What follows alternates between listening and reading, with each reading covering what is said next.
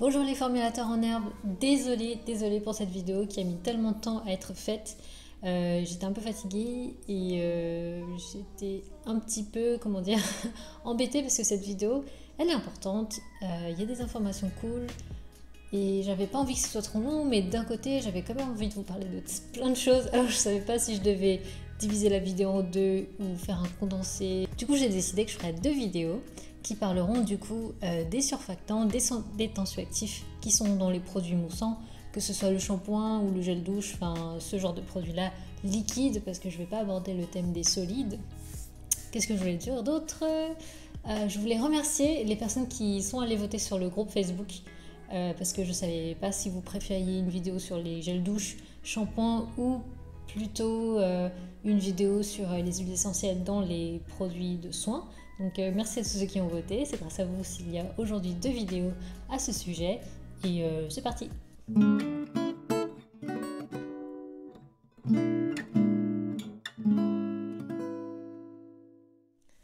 Du coup la première chose à se demander c'est qu'est-ce qu'un surfactant ou tensioactif? Moi j'utiliserai les deux mots de façon interchangeable dans cette vidéo parce qu'au final ça veut dire la même chose, donc surfactant ou tensioactif c'est la même chose.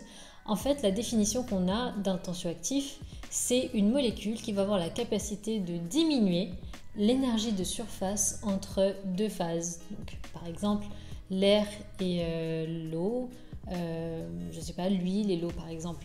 C'est une définition qui, dite comme ça, peut être super abstraite et n'a pas trop de... Enfin, on a du mal à avoir une intuition et à savoir ce que ça signifie. Donc j'en ai un tout petit peu parlé dans ma vidéo sur les émulsions, si vous voulez aller regarder, je parle un peu de l'énergie, mais sans aller jusqu'à une explication physico-chimique, des formules mathématiques, etc., etc. Moi, surtout, mon but, c'est de vous parler de 4 catégories en fait, de surfactants qui sont utilisés dans les shampoings, les gels douche, on va dire les produits lavants en fait tout au long de la vidéo. Produits lavants, ça comprend gel douche et shampoing. Du coup voilà, il y a 4 catégories de surfactants. Moi ce que je vais faire dans cette vidéo c'est parler de ces 4 catégories, de dire pourquoi est-ce que cette catégorie est plus comme ci ou comme ça et pourquoi on l'utilise plus qu'une autre. Ça c'est vraiment les objectifs, avec en plus des exemples. Donc à la fin des vidéos, vous filez dans votre salle de bain, vous allez chercher un gel douche ou un shampoing et vous allez identifier les ingrédients. Pourquoi? Parce qu'en fait ça permet déjà dans un premier temps, et c'est ce que j'ai fait quand j'ai commencé à apprendre les matières premières, c'était de regarder déjà les objets qu'on a sous la main. Sous notre main, on a des tonnes et des tonnes d'étiquettes et d'ingrédients cosmétiques à regarder. Et je pense que ce sont les premiers et aussi les plus faciles et les plus simples à mémoriser parce qu'ils sont avec nous en fait. Donc c'est beaucoup plus simple de les mémoriser comme ça. Et du coup, à la fin de cette vidéo, on peut commencer déjà à analyser des étiquettes de produits de lavant, disons, à partir de la salle de bain. Donc voilà, ça c'est mon objectif. Sinon, à part ça, on peut donner une autre définition au surfactant ou au tensioactif qui est bien plus simple, mais qui sera beaucoup plus utile pour nous dans le cadre de cette vidéo qu'une formule mathématique, par exemple. C'est, on va dire qu'un tensioactif et un surfactant, c'est une molécule qui va avoir une partie lipophile qui va aimer l'huile, le gras, et une partie hydrophile qui va aimer l'eau. Donc également, j'en ai parlé dans l'introduction à l'émulsion, n'hésitez pas à regarder cette vidéo si vous voulez en savoir plus. Donc globalement, sa structure, c'est ça. Une partie qui aime le gras, une partie qui aime l'eau. Pourquoi est-ce que les tensioactifs sont des molécules de ce type-là? Tout simplement parce que si vous voulez la saleté, du moins les choses dont on essaye de se débarrasser lorsque l'on se lave, ce sont des matières, disons, organiques. C'est de la saleté, c'est du sébum, ça on veut s'en débarrasser. En fait, notre molécule, tensioactif ou surfactant, elle va avoir une affinité. Sa partie lipophile, la partie qui aime le gras, aime la matière organique, il y a une sorte d'affinité. Donc elles vont être compatibles ensemble. Tandis que la partie hydrophile, elle, va être plutôt attirée par l'eau, et du coup quand on va rincer tout ça, le tout va partir ensemble en fait. C'est comme, voilà, le tout va partir grâce à l'eau, mais la partie, disons, lipophile va accrocher avec la saleté, et c'est pour ça qu'en fait on utilise des surfactants ou des tensioactifs dans les gels douche et les shampoings. On classe les différents surfactants enfin, il y a différentes catégories, d'accord? Il y en a 4. Et comment est-ce qu'on fait pour définir ces 4 catégories? Il faut savoir que les molécules, en fait, on va prendre les molécules de tensioactifs qui ont la partie lipophile, la partie hydrophile. Si on regarde juste la partie hydrophile, qu'on la met dans l'eau, on regarde ce qui se passe. Donc l'ionisation, c'est-à-dire à partir du moment où on commence à avoir des ions dans l'eau, c'est-à-dire des plus et des moins, de façon très très très simplifiée. Si on regarde ça, on se dit, ok, là, mon tensioactif, il a libéré un ion négatif, une molécule chargée négativement. Dans ce cas-là, on va le considérer comme un tensioactif anionique. S'il libère une molécule chargée positivement, on va dire que c'est un cationique. Et s'il en libère 2, enfin, soit positif, soit négatif, soit les deux en fait, c'est ce qu'on appelle un tensioactif amphotère. Donc il y a la possibilité d'avoir les 2 charges. Et il y a aussi la 4e catégorie qui est la catégorie non ionique. Là, la molécule qui est libérée n'a pas de charge. Donc voilà, c'est ça nos 4 catégories. Et chacune d'elles a des propriétés. De façon globale, la catégorie a des propriétés que l'on peut assigner à énormément d'ingrédients de cette catégorie-là. Donc aujourd'hui, ce que je veux faire, c'est vous parler de ces 4 catégories et surtout de voir ensemble quels sont les membres de cette famille et quelles sont leurs propriétés. Avant de parler de ces 4 catégories, moi je voulais parler en général des produits lavants. En fait, il faut savoir que les produits lavants, moussants, ils ne sont pas faits que d'un seul tensioactif. En général, c'est une combinaison de plusieurs tensioactifs qui va donner au final un produit qui va être en fait accepté et qui va être qui aura les critères que l'on cherche pour un produit cosmétique lavant, comme par exemple pouvoir lavant du coup. Faut que ça lave, faut que ce soit bien toléré par la peau, donc pas trop agressif quand on sort de la douche. Et il faut aussi qu'il y ait une bonne viscosité. En général, ça peut être plus visqueux, moins visqueux, ça dépend. Mais ce qu'on aime en général, c'est ne pas avoir notre produit qui coule comme ça sur le côté de la paume de la main quand on essaie de se laver. Et dernière chose, c'est la mousse. La mousse n'est pas directement corrélée au pouvoir lavant d'un produit, c'est-à-dire que plus il y a de mousse, on a tendance à penser que mieux ça lave, mais en fait il n'y a pas une corrélation directe, c'est pas tout à fait ça. Mais en tout cas, ce que l'on sait, c'est qu'en général on aime bien la mousse et du coup on aime bien que nos produits lavant mousse, même s'il n'y a pas de lien entre le pouvoir lavant et la mousse. Et en fait je vous dis ça parce que ça va en fait vous présenter un peu la façon dont on va raisonner. C'est-à-dire que lorsque l'on fait un produit lavant, genre shampoing ou gel douche, on pense comme ça, on se dit il me faut un tensioactif qui aura le rôle principal, un peu comme dans une pièce de théâtre ou dans un film, et autour je vais choisir des tensioactifs secondaires. Donc, secondaires, c'est un peu comme les acteurs secondaires, ou un peu comme quand on fait un bouquet, on choisit les pièces principales, les fleurs principales, et ensuite on ajoute l'accompagnement.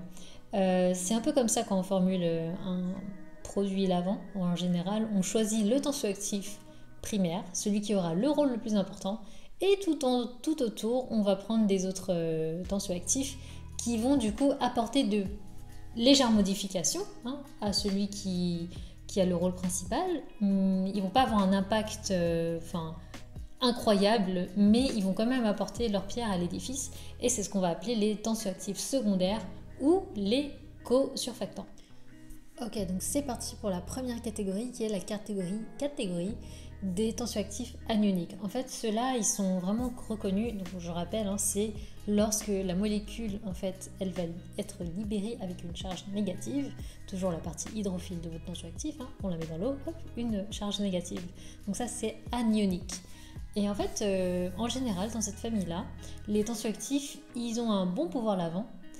Ils sont aussi, alors disons-le, ont un potentiel irritant plus élevé que les autres de la catégorie, en général, parce qu'après il y a toujours des exceptions, mais en général on reconnaît que les tensioactifs anioniques sont des tensioactifs, disons, plus irritants. Concernant l'irritation, à chaque fois que je vais dire irritation dans cette vidéo, je veux bien qu'on pense à ça en fait. Quand on prend une matière et qu'on la teste pour le score de l'irritation, on la prend à 100%, on fait le test Et après, on a un score, par exemple 50, 100, 200, je dis n'importe quoi, mais c'est des scores en fait, basés sur le 100% de matière première, X ou Y, d'accord? Donc, dans ma formule, si je mets ce produit ou si je le lis sur mon étiquette, mon produit sera de ce fait irritant. C'est un peu la logique qu'on peut avoir, sauf qu'il faut avoir plus de nuances que ça. Ce n'est pas aussi simple que cela, parce qu'en fait, quand on dit irritant, il faut avoir en tête qu'on l'a testé à 100%. Sauf que dans la formule, il n'est pas à 100%, il est... ça dépend des formules encore une fois, mais il sera allé à 30%, 40% maximum. 40, quand je dis 40, c'est vraiment beaucoup. Du coup, c'est pas aussi simple que ça. On ne peut pas dire oui, à 40%, ce sera irritant. De même que, vous vous souvenez quand je vous ai dit qu'il y avait des tensioactifs qui se mettaient autour, qui avaient un rôle secondaire, et bien justement, il y a des tensioactifs qui ont la capacité de diminuer le taux d'irritation, enfin l'irritation, le potentiel irritant justement de certaines matières. Et du coup, quand on se retrouve comme ça à avoir une formule et juste à regarder l'étiquette, est-ce qu'on peut vraiment conclure que le produit sera irritant pour notre peau? C'est une vraie question en fait. Moi personnellement, je pense que non. Mais après, c'est à chacun en fait de vérifier et de faire, disons, le cobaye sur soi et de tester et de dire oui, en fait, ce produit-là peut-être ne convient pas à ma peau et je vais peut-être m'orienter sur un autre type de formule ou d'autres types de tensioactifs. Mais voilà, c'est fini pour l'aparté sur l'irritation. J'espère que quand même ça vous permettra de voir les choses sous un angle plus critique, sous un œil plus critique et ne pas forcément discriminer certaines matières premières. Ok, donc on commence avec la famille des sulfates. Ça fait partie des anioniques les plus connus, disons, dans la catégorie. Anionique, on a sulfate. Donc on a sodium lauryl sulfate, sodium lauryl sulfate. Enfin, c'est une très très très grosse famille. Donc je pense qu'elle est assez connue comme ça pour que je vous donne pas trop d'exemples. Il y a le sodium cocosulfate par exemple, qui est un sulfate qui est pourtant cosmos. En fait, être sulfate, ça ne veut pas forcément dire être nocif, disons, pour l'environnement. Effectivement, il y a un certain potentiel irritant, ils sont plutôt irritants, mais d'un autre côté, si on a comme sodium cocosulfate qui pourrait être autorisé par un label de naturalité et de respect de l'environnement comme Cosmos, ça fait un peu quand même réfléchir. Voilà, c'est juste pour apporter un peu de nuance. Et justement par rapport à cette famille, elles sont décriées pour leur potentiel irritant, je pense que vous en aurez entendu parler. Et par contre, elles sont quand même, c'est quand même des matières qui sont plutôt économiques, qui coûtent pas cher, qui sont très performantes en termes de mousse, et en plus qui ont la capacité de prendre en viscosité en présence de sel dans la formule. C'est-à-dire que on a moins l'impression d'avoir de l'eau entre les mains, parce qu'il faut savoir que le gel douche ou le shampoing, c'est 80 ou 70% d'eau. Et c'est bien d'avoir quelque chose qui ait une texture gel, qui ait une certaine épaisseur, une certaine consistance. Et du coup, vous savez, le sel, c'est pas très cher. Et du coup, c'est ça qui fait qu'on a l'impression que c'est une formule assez dense, une formule qui a de la texture, quoi, pas de l'eau. Et du coup, c'est pour ça que ça a été très longtemps utilisé, mais ne vous en faites pas, il y a effectivement d'autres moyens d'obtenir des formules visqueuses, du moins plus denses, sans pour autant passer par la case des sulfates. Mais pour ça, il faut passer pas mal de temps au laboratoire. Et là, on va parler des acylglutamates. En fait, c'est une catégorie de tensioactifs anioniques qui supportent peu l'eau dure, c'est-à-dire tout ce qui est calcaire, tout ce qui est riche pas en minéraux, mais ouais, en gros, le calcaire, c'est pas très bien supporté par ce type de tensioactif, mais c'est quand même une super catégorie, une super famille. Pourquoi ? Parce que déjà, la partie hydrophile et lipophile, en fait, elles sont issues de protéines issues du végétal ou d'huile végétale, donc c'est bien pour le référencement de la naturalité. En plus, ce sont des tensioactifs qui sont doux et qui apparemment en fait auraient une certaine sélectivité au niveau du gras, des saletés qui sont nettoyées. Je m'explique parce que c'est pas très simple à comprendre. En fait, sur notre peau, on a ce que l'on appelle le film hydrolipidique. Le film hydrolipidique, c'est un film qui est à la surface en fait de la peau et qui est composé de tas de choses. Donc parmi ces tas de choses, il y a notamment des minéraux, des acides aminés et des lipides. Donc quand vous pensez à lipides, vous pensez à quelque chose de gras, enfin plutôt des matières, comme de la matière grasse en fait. Et ça nous protège en fait, ça nous protège, c'est l'une des premières barrières de notre peau. Et le souci en fait, c'est que lorsque l'on se lave, enfin c'est pas un souci, mais lorsque l'on se lave, nos tensioactifs, eux, ils récupèrent tout et en fait ils s'en vont avec en rinçant. Et c'est pour ça que lorsque l'on se douche, quand on finit de se laver, ce qui serait bien et que je ne fais pas, c'est de mettre de la crème après pour réapporter en fait des lipides, pour réapporter du gras à la peau et pour qu'il puisse reconstruire ce film en fait à la surface. Ce qui est bien avec le acylglutamate, donc cette catégorie, cette famille, c'est qu'il serait, il y a des études qui ont été menées par rapport à ça, c'est qu'il y a en fait des acylglutamates qui peuvent prendre en fait le squalène, qui vont avoir une plus forte affinité avec le squalène, qui est un des constituants le plus important du sébum. Et du coup en fait c'est comme si il laissait tranquille disons les lipides essentiels à notre film hydrolipidique, mais qui va quand même choper le sébum, enfin le squalène du sébum. Et du coup ce serait quelque chose qui ne serait pas délipidant, il n'y aurait pas besoin entre guillemets de remettre de la crème après s'être lavé avec des tensioactifs de cette catégorie. Si c'est pas génial ça. Donc les acylglutamates, comment on les reconnaît?